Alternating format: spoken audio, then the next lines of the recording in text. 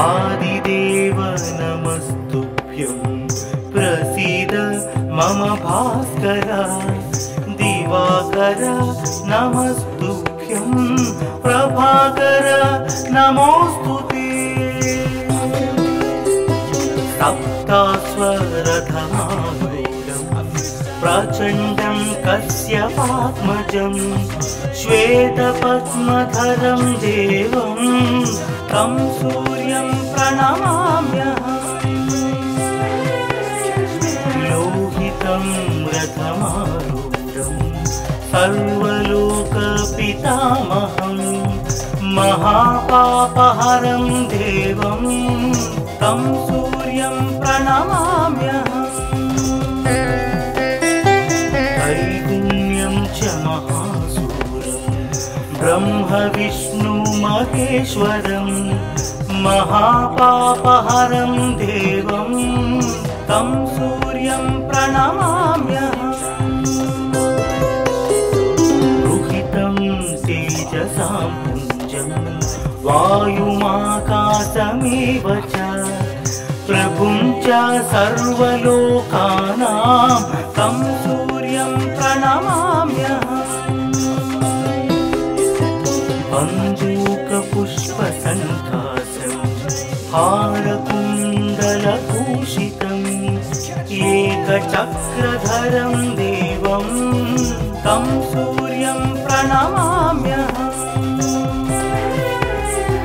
विश्वेशं विश्वकर्तारं महातेजः प्रदीपनम् महापापहरं देवं तं सूर्यं प्रणमाम्यहम् तं सूर्यं जगतां नाथं ज्ञानविज्ञानमोक्षदं महापापहरं देवं तं सूर्यं प्रणमाम्यहम् सूर्याष्टकं पठे नित्यं ग्रहपीडा प्रणाशनम् अपुत्रो लभते पुत्रं दरिद्रो धनवान् भवेत् अमिषं मधुपानं च यः करोति रवेर्भिः सप्तजन्म भवेत् रोगी जन्म कर्म दरिद्रता त्रितैलमधुमांसानि हस्त्यजिस्तूरवेर्धिनि न व्याधिशोकदारिद्र्यं सूर्यलोकं स गच्छति आदिदेव नमस्तुभ्यं प्रसीद मम भास्कर दिवाकर नमस्तुभ्यं प्रभाकर नमोस्तुते सप्तास्वरधमारूढं प्रचण्डं कश्यपात्मजं श्वेतपद्मधरं देवं तं सूर्यं प्रणमाम्यहम् लोहितं रथमारूढं सर्वलोकपितामहं महापापहरं देवं तं सूर्यं प्रणमाम्यहम् त्रैगुण्यं च महासूरं ब्रह्म विष्णु महेश्वरं महापापहरं देवं तं सूर्यं प्रणमाम्यहम् रुहितं तेजसां पुञ्जं वायुमाकाशमेव च प्रभुं च सर्वलोकानां तं सूर्यं प्रणमाम्यहम् बन्धूकपुष्पसङ्कासं हारकुण्डलभूषितम् एकचक्रधरं देवं तं सूर्यं प्रणमाम्यहम् विश्वेशं विश्वकर्तारं महातेजः प्रदीपनं महापापहरं देवं तं सूर्यं प्रणमाम्यहम् तं सूर्यं जगतां नाथं ज्ञानविज्ञानमोक्षदं महापापहरं देवं तं सूर्यं प्रणमाम्यहम् सूर्याष्टकं पठे नित्यं ग्रहपीडा प्रणाशनम् अपुत्रो लभते पुत्रं दरिद्रो धनवान् भवेत् अमिषं मधुपानं च यः करोति रवेर्धिनी सप्तजन्म भवेद् रोगी जन्म कर्म दरिद्रता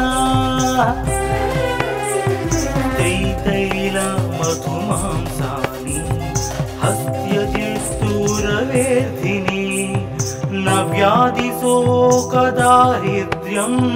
सूर्यलोकं स गच्छति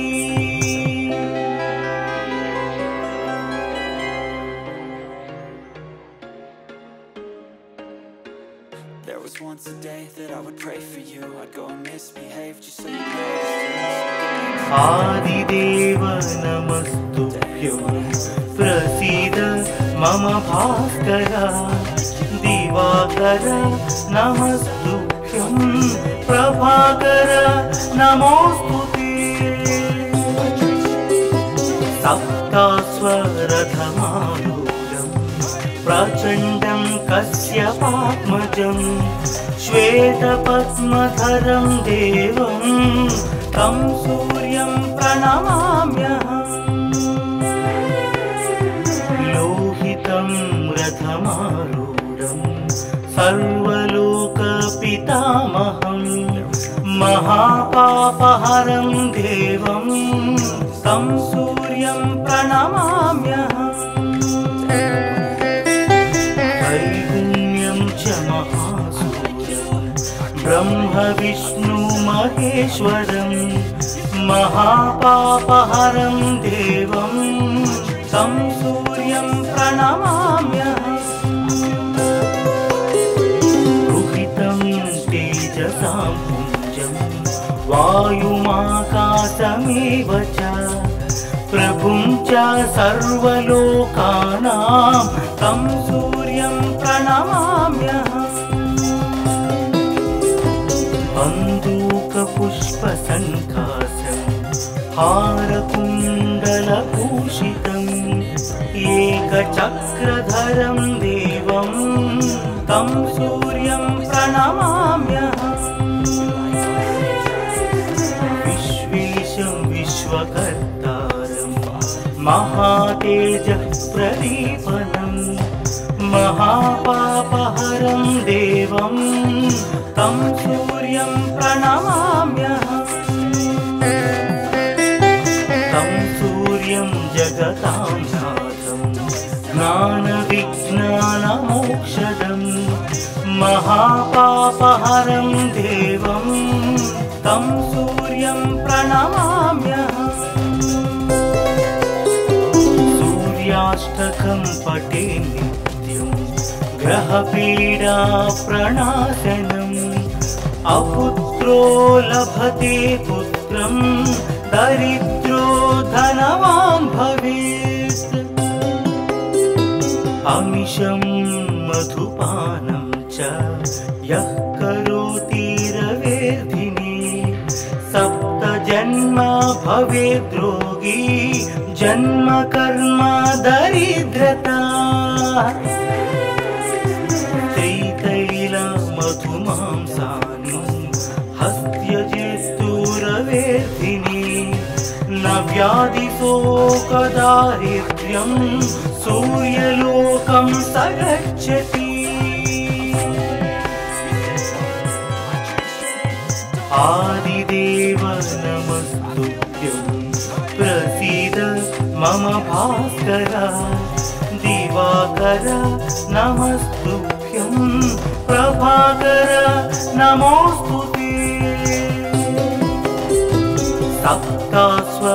सप्तास्वरधमारूढं प्रचण्डं कश्यपात्मजं श्वेतपद्मधरं देवं तं सूर्यं प्रणमाम्यहम् लोहितं रथमारूढं सर्वलोकपितामहं महापापहरं देवं तं सूर्यं प्रणमाम्यहम् त्रैगुण्यं च महासूरं ब्रह्म विष्णु महेश्वरं महापापहरं देवं तं सूर्यं प्रणमाम्यहम् रुहितं तेजसां पुञ्जं वायुमाकाशमेव च प्रभुं च सर्वलोकानां तं सूर्यं प्रणमाम्यहम् बन्दूकपुष्पसङ्कासं हारकुण्डलभूषितम् एकचक्रधरं देवं तं सूर्यं प्रणमाम्यहम् विश्वेशं विश्वकर्तारं महातेजः प्रदीपनं महापापहरं देवं तं सूर्यं प्रणमाम्यहम् तं सूर्यं जगतां नाथं ज्ञानविज्ञानमोक्षदं महापापहरं देवं तं सूर्यं प्रणमाम्यहम् सूर्याष्टकं पठे नित्यं ग्रहपीडा प्रणाशनम् अपुत्रो लभते पुत्रं दरिद्रो धनवान् भवेत् अमिषं मधुपानं च यः करोति रवेर्धिनी सप्तजन्म भवेद् रोगी जन्म कर्म दरिद्रता त्रितैलमधुमांसानि हस्त्यजेस्तुरवेर्धिनी न व्याधिशोकदारिद्र्यं सूर्यलोकं स गच्छति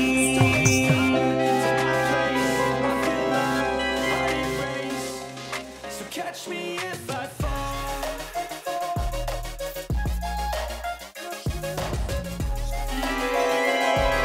आदिदेव नमस्तुभ्यं प्रसीद मम भास्कर दिवाकर नमस्तुभ्यं प्रभाकर नमोस्तुते सप्तास्वरधमारूढं प्रचण्डं कश्यपात्मजं श्वेतपद्मधरं देवं तं सूर्यं प्रणमाम्यहम् लोहितं रथमारूढं सर्वलोकपितामहं महापापहरं देवं तं सूर्यं प्रणमाम्यहम् त्रैगुण्यं च महासूरं ब्रह्म विष्णु महेश्वरं महापापहरं देवं तं सूर्यं प्रणमाम्यहम् रुहितं तेजसां पुञ्जं वायुमाकाशमेव च प्रभुं च सर्वलोकानां तं सूर्यं प्रणमाम्यहम् बन्दूकपुष्पसङ्कासं हारकुण्डलभूषितम् एकचक्रधरं देवं तं सूर्यं प्रणमाम्यहम् विश्वेशं विश्वकर्तारं महातेजप्रदीपनं महापापहरं देवं तं सूर्यं प्रणमाम्यहम् तं सूर्यं जगतां नाथं ज्ञानविज्ञानमोक्षदं महापापहरं देवं तं सूर्यं प्रणमाम्यहम् सूर्याष्टकं पठे नित्यं ग्रहपीडा प्रणाशनम् अपुत्रो लभते पुत्रं दरिद्रो धनवान् भवेत् अमिषं मधुपानं च यः करोति रवेर्धिने सप्त जन्म भवेत् रोगी जन्म कर्म दरिद्रता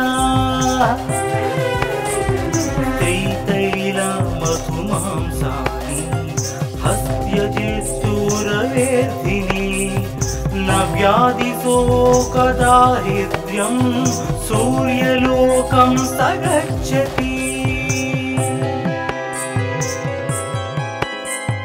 आदिदेव नमस्तुभ्यं प्रसीद मम भास्कर दिवाकर नमस्तुभ्यं प्रभाकर नमोस्तुते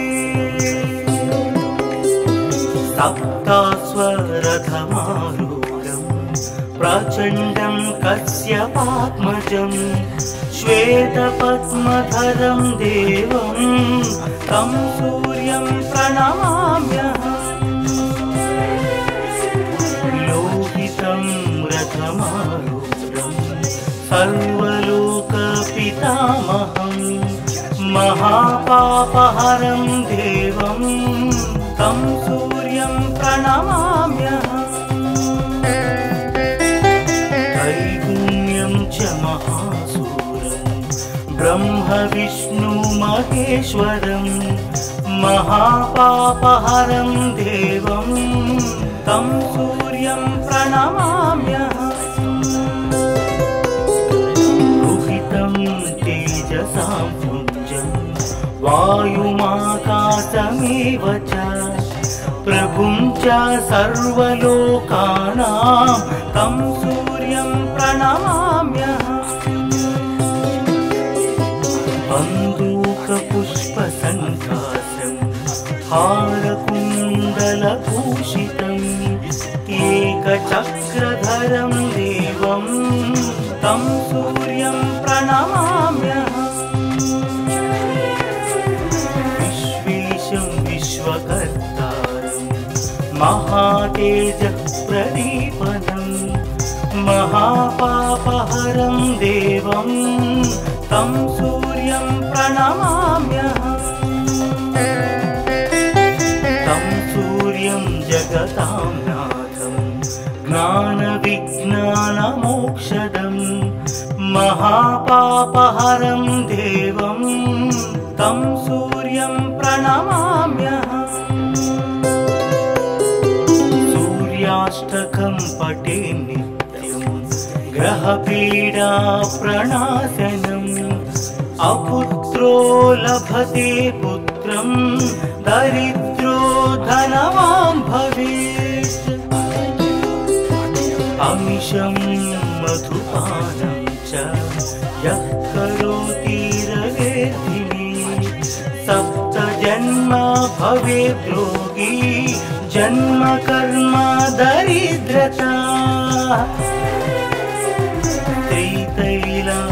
त्रितैलमधुमांसानि हस्त्यजेस्तुरवेर्धिने न व्याधिशोकदारिद्र्यं सूर्यलोकं स गच्छति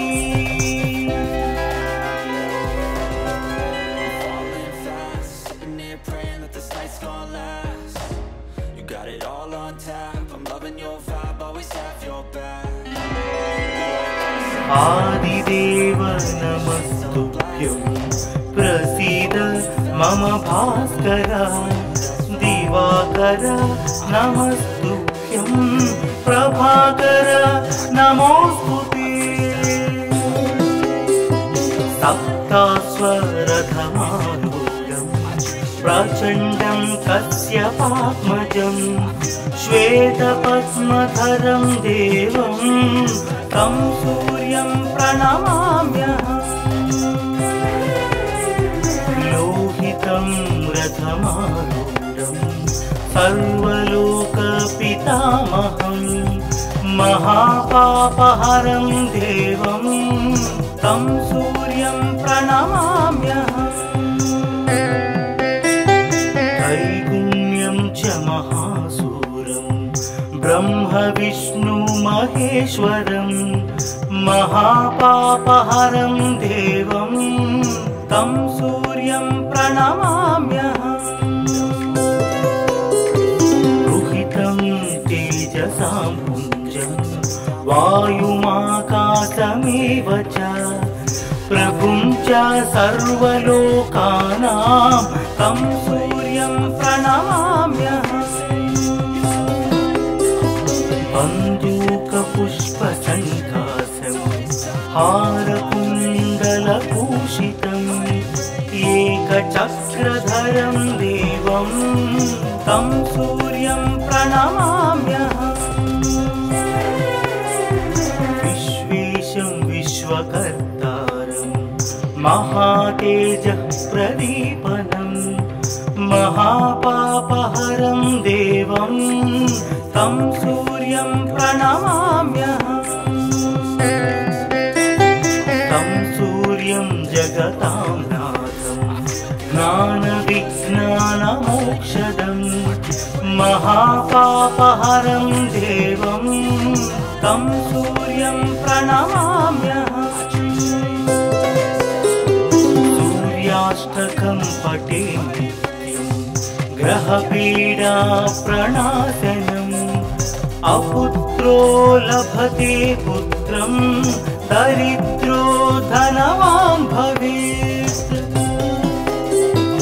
अमिषं मधुपानं च यः करोति रवेर्धिने सप्तजन्म भवेत् रोगी जन्म कर्म दरिद्रता त्रितैलमधुमांसानि हस्त्यजित्तुरवेर्धिने न व्याधिशोकदारिद्र्यं सूर्यलोकं स गच्छति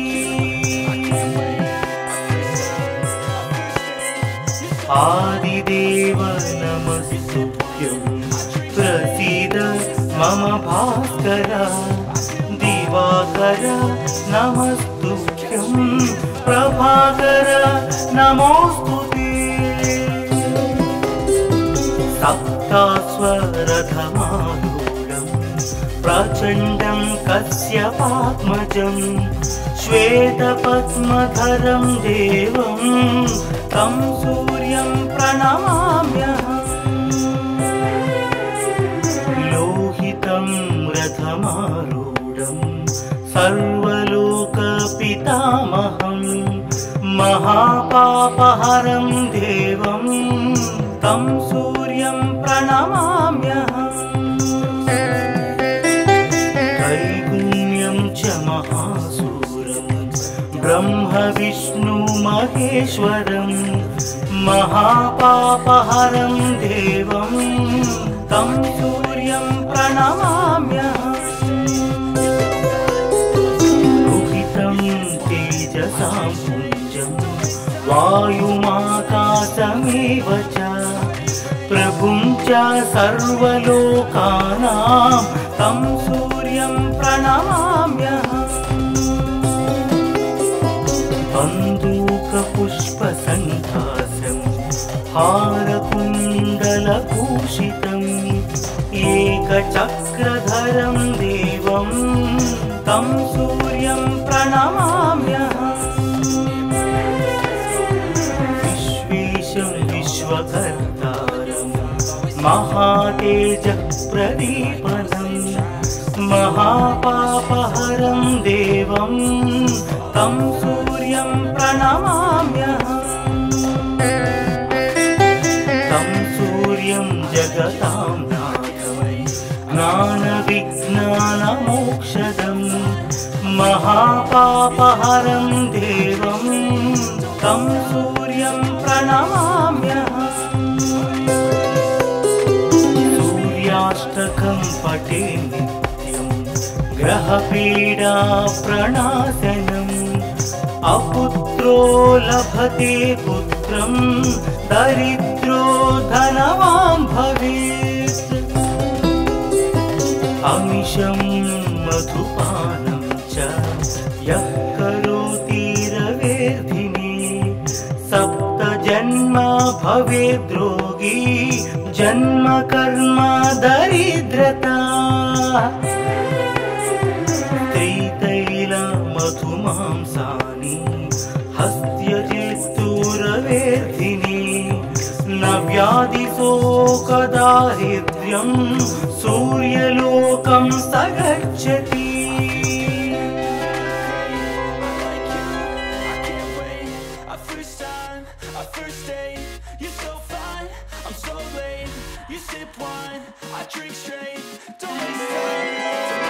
आदिदेव नमस्तुभ्यं प्रसीद मम भास्कर दिवाकर नमस्तुभ्यं प्रभाकर नमोस्तुते। सप्तास्वरथमारूढं प्रचण्डं कश्यपात्मजं श्वेतपद्मधरं देवं तं सूर्यं प्रणमाम्यहम्। लोहितं रथमारूढं सर्वलोकपितामहं महापापहरं देवं तं सूर्यं प्रणमाम्यहम्। त्रैगुण्यं च महासूरं ब्रह्म विष्णु महेश्वरं महापापहरं देवं तं सूर्यं प्रणमाम्यहम्। रुहितं तेजसां पुञ्जं वायुमाकाशमेव च प्रभुं च सर्वलोकानां तं सूर्यं प्रणमाम्यहम्। बन्दूकपुष्पसङ्कासं हारकुण्डलभूषितम् एकचक्रधरं देवं तं सूर्यं प्रणमाम्यहम्। विश्वेशं विश्वकर्तारं महातेजः प्रदीपनं महापापहरं देवं तं सूर्यं प्रणमाम्यहम्। तं सूर्यं जगतां नाथं ज्ञानविज्ञानमोक्षदं महापापहरं देवं तं सूर्यं प्रणमाम्यहम्। सूर्याष्टकं पठे नित्यं ग्रहपीडा प्रणाशनम् अपुत्रो लभते पुत्रं दरिद्रो धनवान् भवेत्। अमिषं मधुपानं च यः करोति रवेर्धिने सप्तजन्म भवेद्रोगी जन्म कर्म दरिद्रता।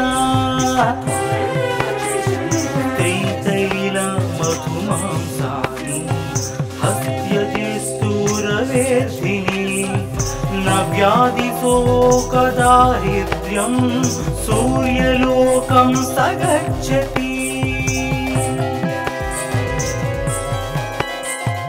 आदिदेव नमस्तुभ्यं प्रसीद मम भास्कर दिवाकर नमस्तुभ्यं प्रभाकर नमोस्तुते।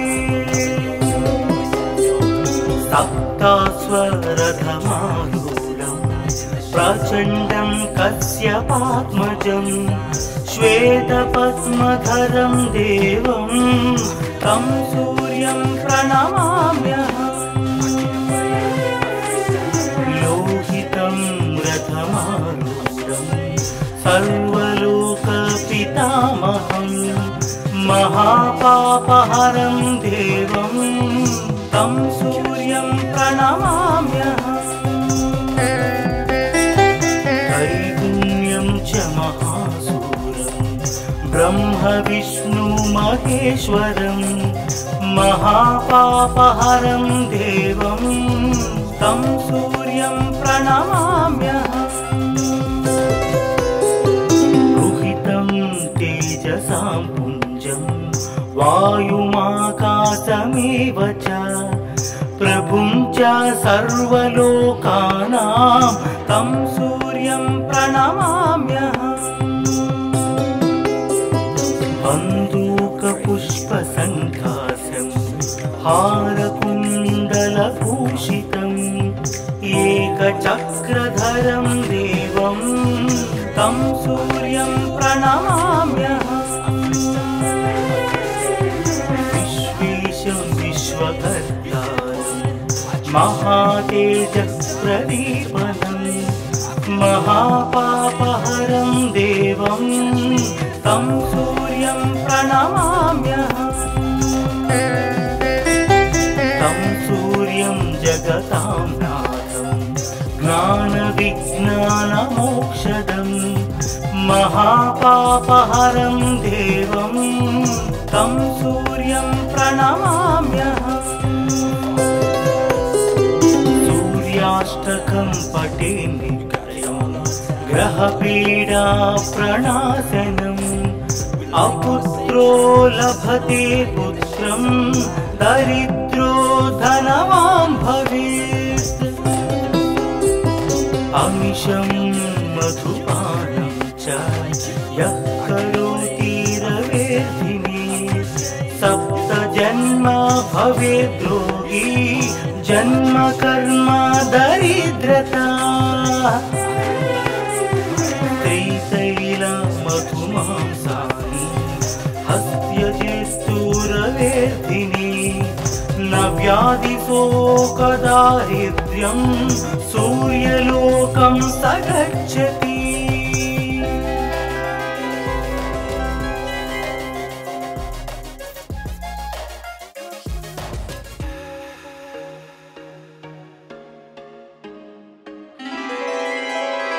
आदिदेव नमस्तुभ्यं प्रसीद मम भास्कर दिवाकर नमस्तुभ्यं प्रभाकर नमोस्तुते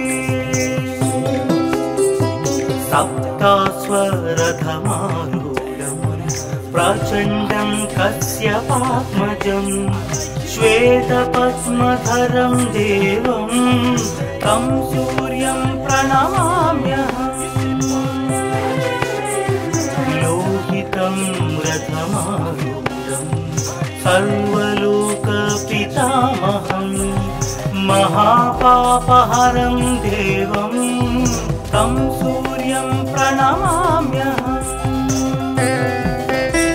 त्रैगुण्यं च महासूरं ब्रह्म विष्णु महेश्वरं महापापहरं देवं तं सूर्यं प्रणमाम्यहम् रुहितं तेजसां पुञ्जं वायुमाकाशमेव च प्रभुं च सर्वलोकानां तं सूर्यं प्रणमाम्यहम् बन्दूकपुष्पसङ्काशं हारकुण्डलभूषितम् एकचक्रधरं देवं तं सूर्यं प्रणमाम्यहम् विश्वेशं विश्वकर्तारं महातेजःप्रदीपनं महापापहरं देवं तं सूर्यं प्रणमाम्यहम् तं सूर्यं जगतां ज्ञानविज्ञानमोक्षदं महापापहरं देवं तं सूर्यं प्रणमाम्यहम्। सूर्याष्टकं पठे नित्यं ग्रहपीडा प्रणाशनम्। अपुत्रो लभते पुत्रं दरिद्रो धनवान् भवेत्। अमिषं मधुपानं च यः करोति रवेर्धिने। सप्तजन्म भवेत् रोगी जन्म कर्म दरिद्रता। मधुमांसानि हस्त्यजेस्तुरवेर्धिने। न व्याधिशोकदारिद्र्यं सूर्यलोकं स गच्छति। आदिदेव नमस्तुभ्यं प्रसीद मम भास्कर। दिवाकर नमस्तुभ्यं प्रभाकर नमोस्तुते। सप्तास्वरथमारूढं प्रचण्डं कश्यपात्मजं। श्वेतपद्मधरं देवं तं सूर्यं प्रणमाम्यहम्। लोहितं रथमारूढं सर्वलोकपितामहं।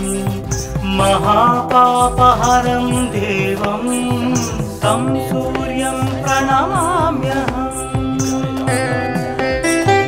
त्रैगुण्यं च महासूरं ब्रह्म विष्णु महेश्वरं। महापापहरं देवं तं सूर्यं प्रणमाम्यहम्। तेजसां पुञ्जं वायुमाकाशमेव च प्रभुं च सर्वलोकानां तं सूर्यं प्रणमाम्यहम्। बन्दूकपुष्पसङ्काशं हारकुण्डलभूषितम्।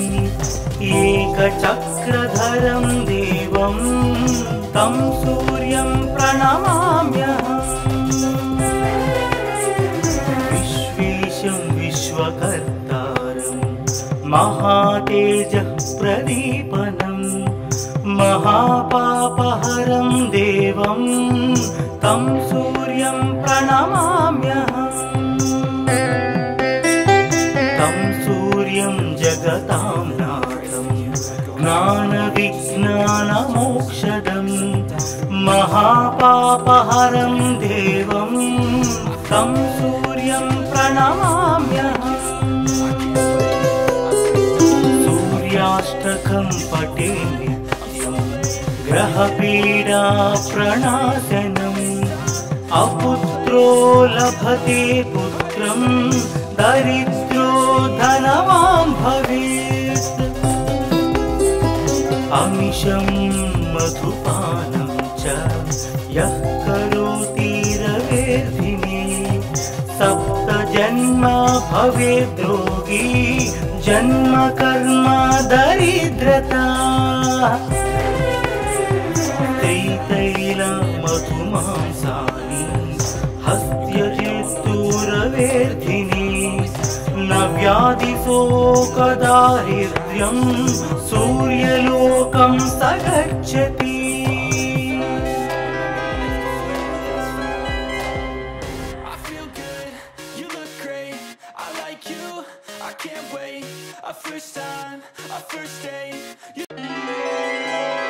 आदिदेव नमस्तुभ्यं प्रसीद मम भास्कर। दिवाकर नमस्तुभ्यं प्रभाकर नमोस्तुते।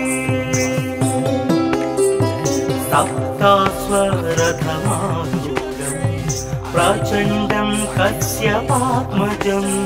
श्वेतपद्मधरं देवं तं सूर्यं प्रणमाम्यहम्।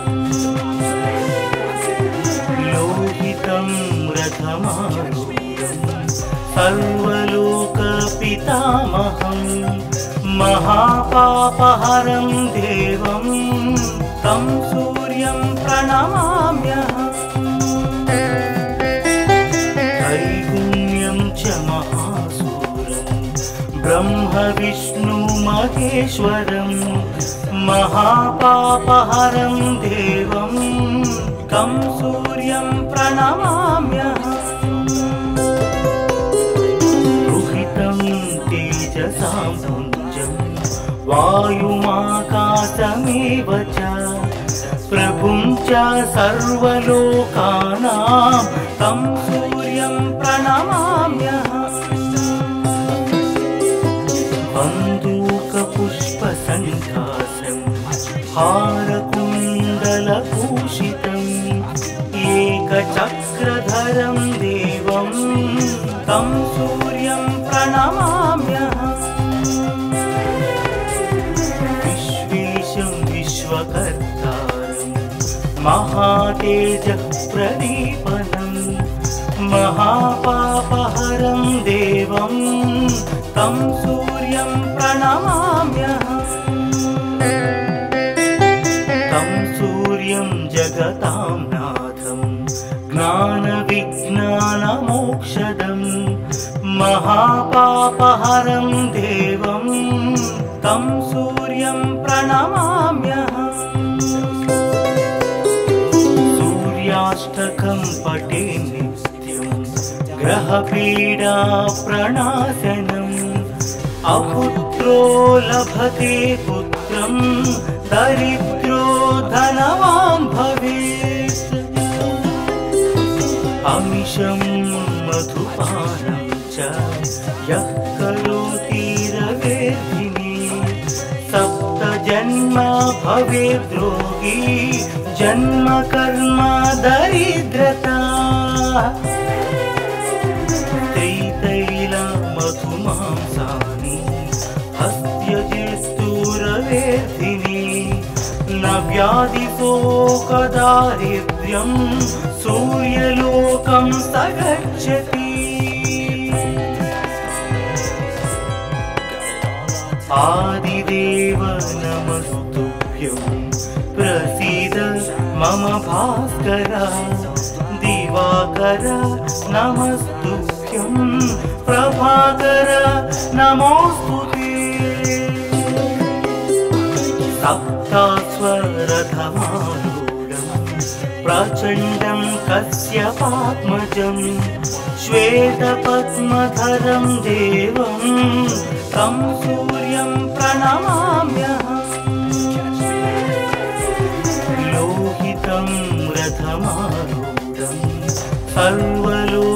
सर्वलोकपितामहं महापापहरं देवं तं सूर्यं प्रणमाम्यहम्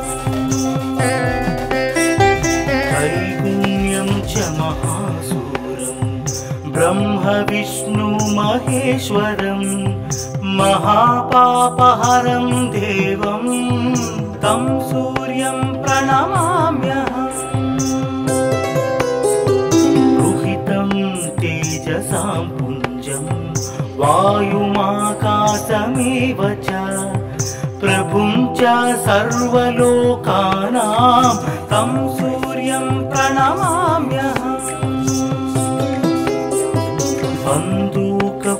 बन्दूकपुष्पसङ्कासं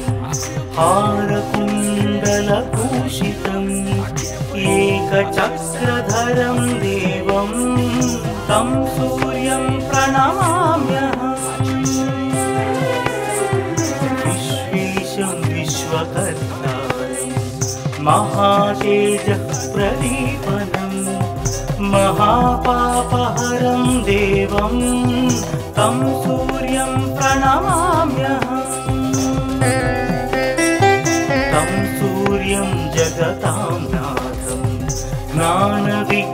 ज्ञानविज्ञानमोक्षदम् महापापहरं देवं तं सूर्यं प्रणमाम्यहम् सूर्याष्टकं पठे नित्यं ग्रहपीडा प्रणाशनम् अपुत्रो लभते पुत्रं दरिद्रो धनवान् भवेत् अमिषं मधुपानं च यः करोति रवेर्धिने सप्त जन्मा भवेद् रोगी जन्म कर्म दरिद्रता त्रितैल मधुमांसानि हस्त्यजित्तुरवेर्धिने न व्याधिशोकदारिद्र्यं सूर्यलोकं स गच्छति